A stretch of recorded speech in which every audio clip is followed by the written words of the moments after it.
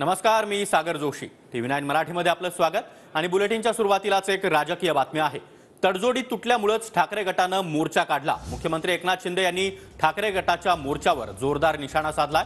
ठाकरे गटाचा मोर्चा हा विकास विरोधी होता अशी टीका देखील मुख्यमंत्री शिंदे यांनी केली आहे। तर आमचं सरकार हे धारावीकरांच्या पाठीशी आहे असा विश्वास देखील मुख्यमंत्री एकनाथ शिंदे यांनी धारावीकरांना दिला। पण आता यांना 50 ठोके कमी पडायला लागले म्हणून धारावी आणि मुंबई गिळायला निघाले ते बोके।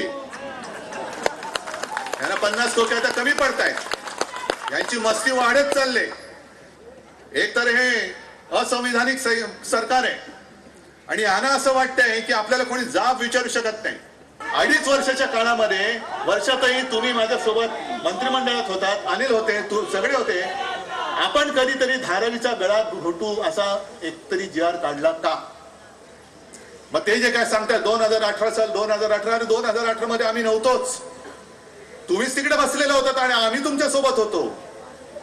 त्याच्यामुळे पाप असेल कोणाचं तर ते देवेंद्रचं आहे, आमचं नाहीये। आता तो खरं म्हणजे विकास विरोधी मोर्चा होता। धारावी आशिया खंडातली एक मोठी झोपडपट्टी आहे।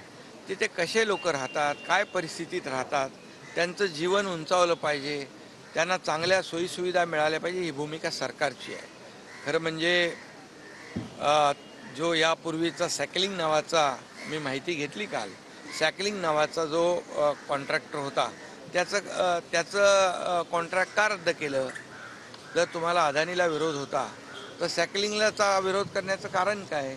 त्यामुळे मला वाटतं काही तडजोडी तुटल्या असतील आणि त्यामुळे हे सगळं घडत असेल, पण सरकार पूर्ण धारावीकरांच्या मागे आहे।